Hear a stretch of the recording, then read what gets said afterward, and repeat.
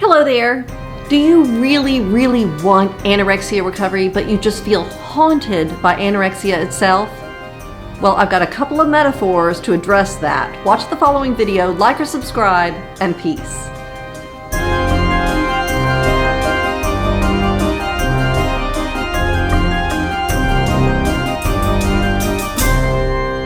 Hello there, my name is Billy Juliana. I'm 49 years old and I have a 40-year history of dealing with anorexia nervosa, and I'm currently following the recovery methods espoused by Tabitha Farrar, Kayla Rose Katecki, and Elisa Orris.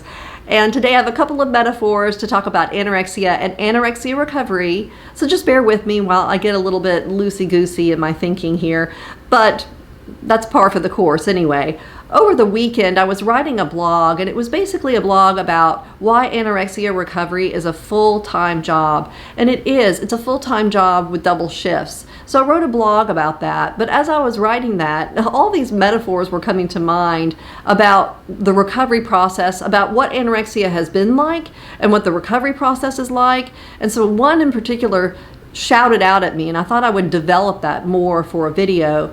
And then I had another memory too, and it was also a metaphor for getting liberation from the disease, but I didn't see it for what it was at the time. And then just basically over this past weekend, I was like, oh, that was the purpose of this game. So I'm going to talk about both of these. The first is the fact that anorexia is rather like a haunted house. And so when I was age 9, when I first came down with the symptoms of anorexia, I was looking for refuge from a very chaotic and threatening world. Now, I know I've talked about this in other videos, but I'm just gonna, say it again. So I was looking for refuge, and I came to this nice house. And it was just so safe, warm, comfortable, picket fence outside with a little gate, and had a nice yard, and wow. So I went inside voluntarily, and there was a comfy chair and a nice bed, and it was just nice, and it was so great. I was safe from the outside world. Now, the pantry wasn't well stocked, so I had to ration my food a bit. And over time, there were these voices that started telling me things like, the comfy chair and the bed are only available to you at night. So you have to spend the whole day running around the yard, up and down the stairs, all around the house, and just keep moving, because that will make the comfortable chair and the comfy bed all the more comfortable at night. So just keep moving. And so I did that. And I began to realize that this wasn't as comfy overall as I had originally anticipated. And there was an overall part of me that was like, this house is weird. In fact, this house is no longer a place that you voluntarily went into. It's a place that has become a part of your brain. It's like Hotel California. You can't leave. Ugh. And so there was this part of me that always knew that. But I was like, this is a great place. I can be here. I can live here. I'm safe here. And the forces were always telling me, of course, that is true. You are safe here. You can live here. But keep running and keep rationing that food. And the more you ration, by the way, the better off you'll be, because you'll have more at the end of the line whenever that happens. Okay? But as I lived there, there were all these trap doors. There were these funhouse mirrors. There were all kinds of strange things. And I was getting very confused.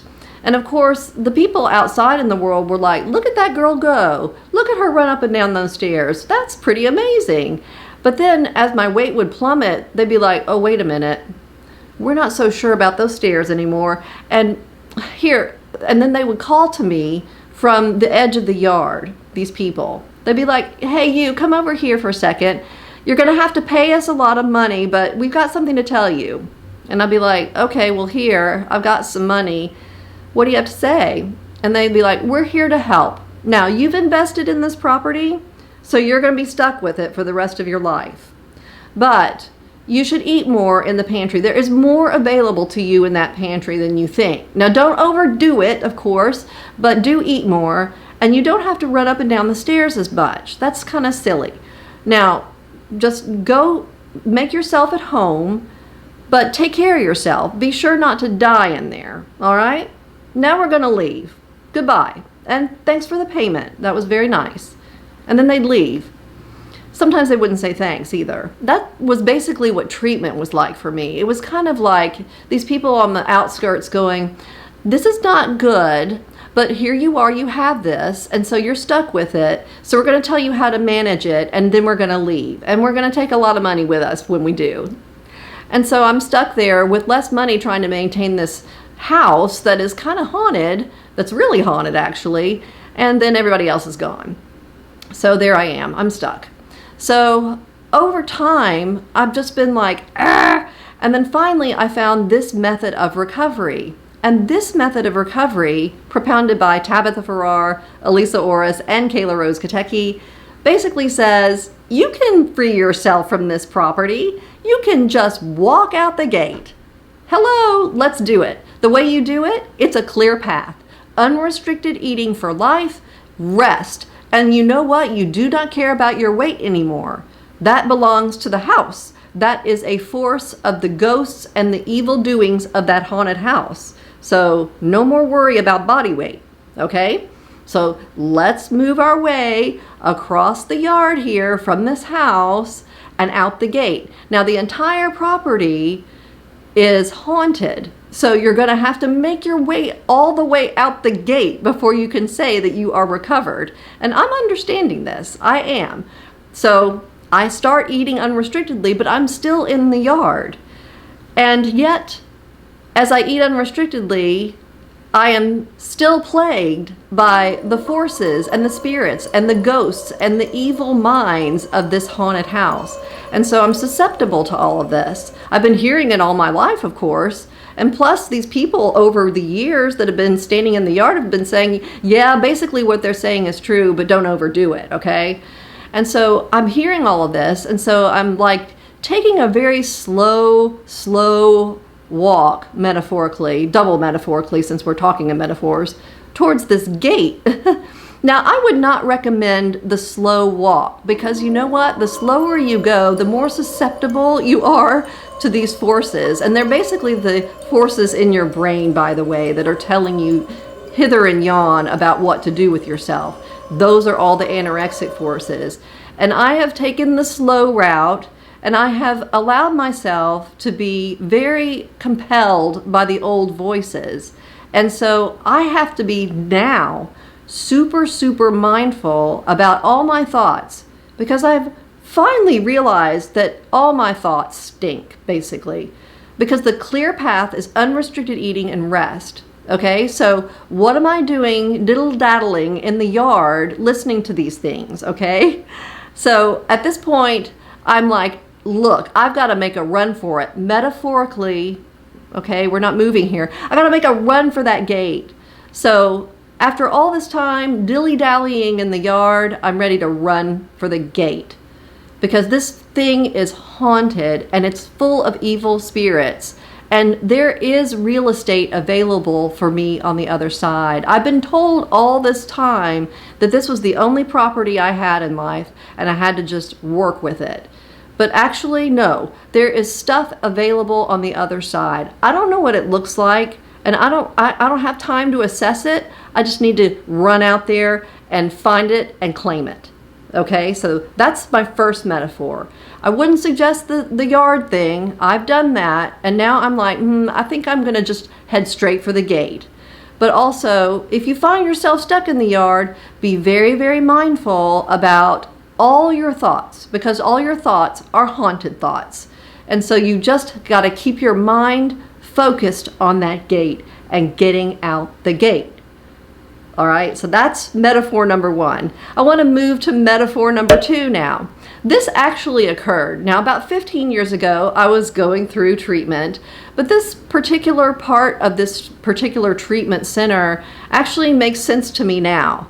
It took me 15 years to understand exactly what the message of this particular therapy game is, but oh well. Things take time for me. So anyway, about 15 years ago, I was in a treatment center and I was with several different women who were undergoing recovery from restrictive eating disorders. And we were all taken by a therapist out to a wooded area that was on the property of the recovery center. And there were wires that were strung among a clump of trees. And so we were like, okay, the wires were strung among the trees and in the clump is what I mean. So the therapist told us the metes and bounds of the game, and that was that we had to close our eyes and feel our way along these wires, and the wires were like a maze, and we had to find our way outside the maze. We had to close our eyes. Now, he told us that there was a way out. So just trust that there is a way out, but we needed to find it ourselves with our eyes closed. All right, and we only had 10 minutes in which to find the way out. So here I am taking this game at face value. I'm not thinking very straight. I'm not thinking, you know what, this is a therapy game, so where's the catch here? No, I'm like, oh, okay, I've got to find the way out. That'll be somewhere along in here. Maybe he'll cut the wire. Maybe he'll cut the wire somewhere in the middle there. That would be nice. So I'm like, okay. So I get on a wire, I close my eyes, and we all do, and there's no peeking. None of us wants to cheat. We all want to do this game properly. So none of us is peeking. So we're going along, and he starts saying, Amy has just found her way out. And people are like, whoa, what? And I'm like, what the hell? Where'd she go? And I heard from the sound of his voice that he was like in another direction. So I'd head that direction. It must be over there. So I'm like heading that direction, like bumping into people. And I'm like, oh, excuse me. Oh, I'm sorry. Oh, sorry. You know, ouch. But keep going, keep going. And then he'd say like, you know, a volley of names. He'd be like, Becky just found her way out. Trisha just found her way out. Jenny just found her way out. And I'd be like, what? And everybody was finding their way out. And so we're counting down now to 0. And we're in the last 10 seconds, and yours truly is the last one left in the maze. And I'm like, damn it, how did they all find their way out? Now, this was already playing with my self-esteem, and for the last 15 years, it's bugged me how stupid I was throughout this game. But actually, it shows me just how stubborn my anorexia is, just how entrenched it is in my brain.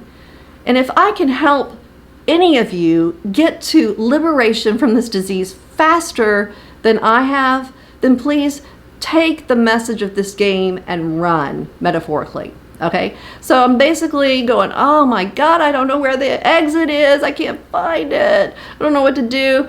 10, 9, 8, 7, 6, 5, 4, 3, 2, 1, blast. Because at the end of the game, the therapist said, if we didn't make it out in time, we were going to blow up. And I blew up. Metaphorically, that is. I went up in flames. And so at the end of the game, he was like, you know what? The solution was, it was just to come up to me and say, I don't want to play anymore. And I was like, what? That thought never occurred to me. And all these other people just basically got tired, and they were like, look, dude, I don't want to play this anymore. This is just getting on my nerves. I'm bumping into people. I'm running into trees. I'm not into it. I'm out. And then to be like, you're free. And I'm like, oh my gosh, I had to explode and everything. And so over the years, all I've thought about this game is that I'm really stupid, that I should have just been like, you know what? The way out is not important. I'm just out, you know? But no, I've let this play with my self-esteem. Like, I'm the only one of a group of about 15 women who blew up in flames. And this is just because I'm so doggedly stubborn and I'm so haunted in my brain by anorexia and anorexia preaching. So now I'm like, you know what? The solution is I just don't want to play the game anymore. I do not want to play the anorexia game anymore. I do not want to give in to all of these little fiddle-faddly things that anorexia makes me do. I don't want to keep myself from eating when I really want to eat, when I'm thinking about food all the time, when I'm super hungry. I don't want to keep myself from eating anymore. And I certainly would like to watch a lot of Netflix and Bravo TV. Thank you. That's a lot of work. It's a lot of work because I have a haunted brain, and my brain is just going to keep throwing things in my way that say, please come this way and don't watch Netflix because we have something for you to do. And while you're doing it, you're not going to be eating. And I have to watch all of the thoughts that tell me and lead me in that direction, because it's keeping me, they are keeping me, those thoughts, those spirits, those evil forces are keeping me from running out the gate, metaphorically. They are keeping me from just giving up the game, from saying, dude, chick, woman, anyone, I'm out. I'm done. And how do I get to a place where I am completely liberated from the haunted thoughts? Eat unrestrictedly, rest for a prolonged period, and do not focus anymore on body weight. So I have taken a little bit of a long route myself to getting free of anorexia. That is not necessarily a bad thing. I wouldn't suggest it. But the dilly-dallying I've done in the yard, I've done enough of that. And so now it's time to be like, I'm over it. I'm ready to go. Let's go. All right, so I do ask everyone, please muster all the courage that you can. Question every thought that is haunting you in your brain. You probably have a good idea of what is anorexic and what is not, but just be very mindful of your actions that you take. If they are following through with a thought that is anorexic, then you're going to stay in the haunted house. So please move yourself to the gate and liberate yourself. Just give up the game. With doing that, I do say, eat unrestrictedly, rest for a prolonged period, take care, and until next time, peace.